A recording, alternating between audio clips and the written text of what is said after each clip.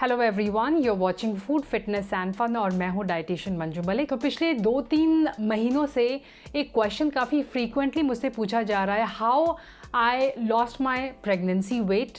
तो there was a time when I was 74 और अभी मैं अपने नॉर्मल वेट पे यानी 56-57 पर आ गई हूँ। सो ये सवाल का जवाब आज मैं आपको दूंगी, how I manage to lose my pregnancy weight. सबसे पहली जो मेरी एडवाइस है सबके लिए वो ये कि do not be in a Hari, and that's the only reason कि मैंने 6 मंथ होने तक वेट किया इस वीडियो को शेयर करने के लिए, क्योंकि मैं एक रॉन्ग परसेप्शन नहीं देना चाहती। You have to make sure कि आप पूरी तरह रिकवर हो जाएं, और ये 6 मंथ का period, especially if you had a C section, ये मेरा दूसरा सी सेक्शन था, सो इट टेक्स टाइम। आपकी बॉडी को हील होने का टाइम दें। लेकिन क्या क्या टिप्स आप फॉलो कर सकते हैं वो मैं आपसे शेयर करूंगी कि 6 मंथ तक आप क्या क्या चीज़ें करें कि आप उस वेट को एटलीस्ट लॉस करने के पाथ पर चल पड़े। सो नंबर 1 चीज़ जो मैं आपको कहूँगी, have a nutritional dense meal. Especially अगर आप एक्सक्लूसिवली अपने बेबी को ब्रेस्ट फीड कर रहे हैं तो आपको सब कुछ छोड़ के अपनी डाइट पर ध्यान देना होगा, which is the most important thing that you should be focusing on है। मेक श्योर कि आपकी डाइट जो है वो प्रोटीन में, कैल्शियम में, आयरन में, विटामिन B12 में, फॉलिक एसिड में, विटामिन A में और हेल्दी फैट में रिच हो। तो अगर मैं इमीडिएटली बात करूं प्रेगनेंसी के बाद मैंने क्या क्या चीज़ें इंपॉर्टेंट अपनी डाइट में इंक्लूड करी, तो वो है कोकोनट लड्डू। स्पेशली डिलीवरी के 1 हफ्ते तक आपके लिए बहुत ही मैजिकल रहने वाले हैं कोकोनट एंड खांड, देसी खांड के लड्डू, जिसमें आप थोड़ा सा घी भी ऐड कर सकते हैं। गोंद के लड्डू बहुत इंपॉर्टेंट हैं आपकी बॉडी को रिकवरी में, आपकी बॉडी के हीलिंग प्रोसेस में वो आपको सपोर्ट करेंगे। So do not shy away from having nuts and seeds. ये सारे जो फूड होते हैं वो आपकी बॉडी के लिए इम्पॉर्टेंट है इस टाइम पर। बहुत सारे दाल लें आप, हरी सब्जियां अपनी डाइट के अंदर इंक्लूड करें। मेक श्योर कि आप अगर डेयरी लेते हैं तो डेयरी प्रोडक्ट्स लें, फ्रूट्स अपनी डाइट में इंक्लूड करें। अगर आप एग्स खाते हैं तो एग्स को अपनी डाइट के अंदर आप इंक्लूड करें। लाइट ग्रेन्स लें इनिशियल स्टेज पे, और उसके बाद आप नॉर्मल हेल्दी ग्रेन्स, जैसे कि मैं रागी के लड्डू इंक्लूड करने लग गई थी। आफ्टर 15 डेज मैंने खूब कंज्यूम किए हैं रागी के laddoo as a snack in my diet. इसके अलावा चौलाई बहुत मैंने अपनी डाइट में इंक्लूड करी। चौलाई जो होती है प्रोटीन में काफ़ी हाई होती है।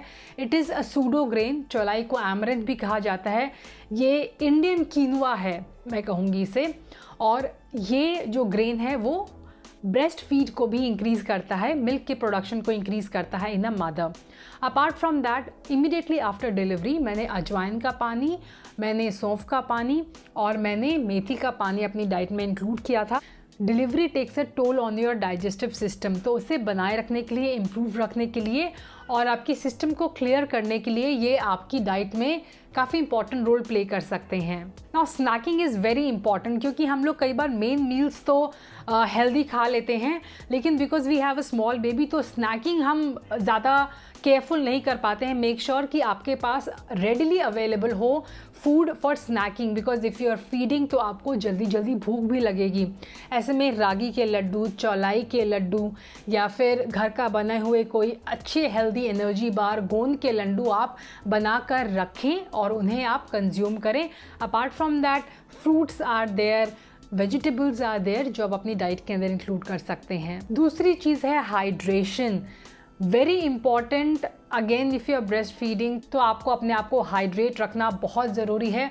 बहुत सारे फ्लूइड्स अपनी डाइट में इंक्लूड करें। आप लेंटिल सूप्स ले सकते हैं, हर्बल टीज़ ले सकते हैं, आप एज ए से डेयरी प्रोडक्ट्स इंक्लूड कर सकते हैं डाइट के अंदर, दही खा सकते हैं after some time, not immediately after delivery. Indian culture में सजेस्ट नहीं करते हैं, ठंडा फूड होता है, but after 15-20 days you can start including that as well in your diet. Next is take lots and lots of sleep.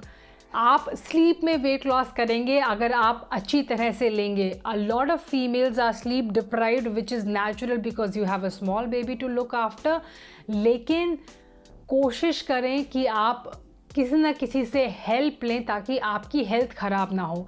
If you are sleep deprived तो आप कभी भी वेट लॉस नहीं कर पाएंगे, बिकॉज आपके हीलिंग प्रोसेस जो होता है, आपका जो रिकवरी प्रोसेस होता है वो काफ़ी टाइम्स बढ़ता है व्हेन यू आर स्लीपिंग। आपकी रिकवरी के लिए वो बहुत ज़रूरी है। For somebody to help you out और have someone who can look after the baby and you can take that nap in between. Next is start walking. जैसे ही आप थोड़ा सा रिकवर फील करें तो आप वॉक करना शुरू कर सकते हैं. आफ्टर 45 डेज मैंने इमीडिएटली वॉकिंग स्टार्ट कर दी थी and now I am just doing that walking only. कौन सा वॉकिंग का प्रोग्राम मैं फॉलो कर रही हूँ, that is interval walking program, जिसके बारे में मैंने वीडियो शेयर किया था. I am just doing walking और मैंने अपना जो यूजुअल वर्कआउट का रूटीन है वो अभी तक स्टार्ट नहीं किया है. That's the only major activity that I'm doing on a daily basis, that is walking, and it has helped me in a great way. So walking is something that you should do. बहुत जल्दी मैं अपना workout routine भी start करने वाली हूँ, but अभी तक 6 महीने तक मैंने सिर्फ वॉकिंग की है. नेक्स्ट इज स्ट्रेस को जितना हो सके कम रखें. I still have a protruding belly. वो टाइम लगता है, सबको लगता है. Do not look up to those actresses. Don't stress about it, it will go naturally. जैसे ही आप अपने नॉर्मल रिजिम में आएंगी वो कम होने लग जाएगा. हम लोग एक्ट्रेसेस को देखते हैं कि वो कितना जल्दी प्रेगनेंसी वेट जो होता है वो लूज़ कर लेते हैं, लेकिन वो उससे पहले भी काफ़ी पतले होते हैं. तो वो भी डिपेंड करता है कि आप प्री प्रेगनेंसी कितना आपका वेट था, आप कितने एक्टिव थे, प्रेगनेंसी के दौरान कितने ज़्यादा एक्टिव थे. तो वो भी डिटरमाइन करता है कि कितना जल्दी आप एक्टिविटी स्टार्ट कर सकते हैं, वेट लॉस कर सकते हैं. मेक श्योर कि अगर आपको कोई कॉम्प्लिकेशन ना है तो आप प्रेगनेंसी के दौरान एक्टिव रखें और ज़्यादा वेट गेन ना करें. बेबी वेट है दैट इज़ सेपरेट, बट कई फीमेल्स जो होती हैं दे लेट गो ऑफ एवरीथिंग. वो बिल्कुल फिजिकली एक्टिव नहीं रहती हैं, ये सोचिए कि बाद में देख लेंगे इस वेट को. मेक श्योर कि आप जो लाइट एक्टिविटीज़ हैं जो आप प्रेगनेंसी में कर सकते हैं उन्हें करना कंटिन्यू रखें. जैसे कि आप वॉक कंटिन्यू कर सकते हैं, लाइट योगा आप कंटिन्यू कर सकते हैं if there are no complications in your pregnancy. Always have realistic goal as a mother. As a new mother आप अगर अनरियलिस्टिक गोल रखेंगे तो स्ट्रेस इंक्रीज ही होगा.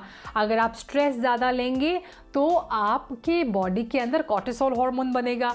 कॉर्टिसोल हार्मोन का सीधा इम्पैक्ट होता है लार्ज बेली. अगर आप स्ट्रेस लेंगे तो आपके मिल्क का प्रोडक्शन भी कम हो जाएगा, ब्रेस्ट फीड जो है वो कम हो जाएगी. अगर आप एक्सक्लूसिवली अपने बेबी को ब्रेस्ट फीड कर रहे हैं तो आप on a daily basis up to 500 calorie burn कर सकते हैं.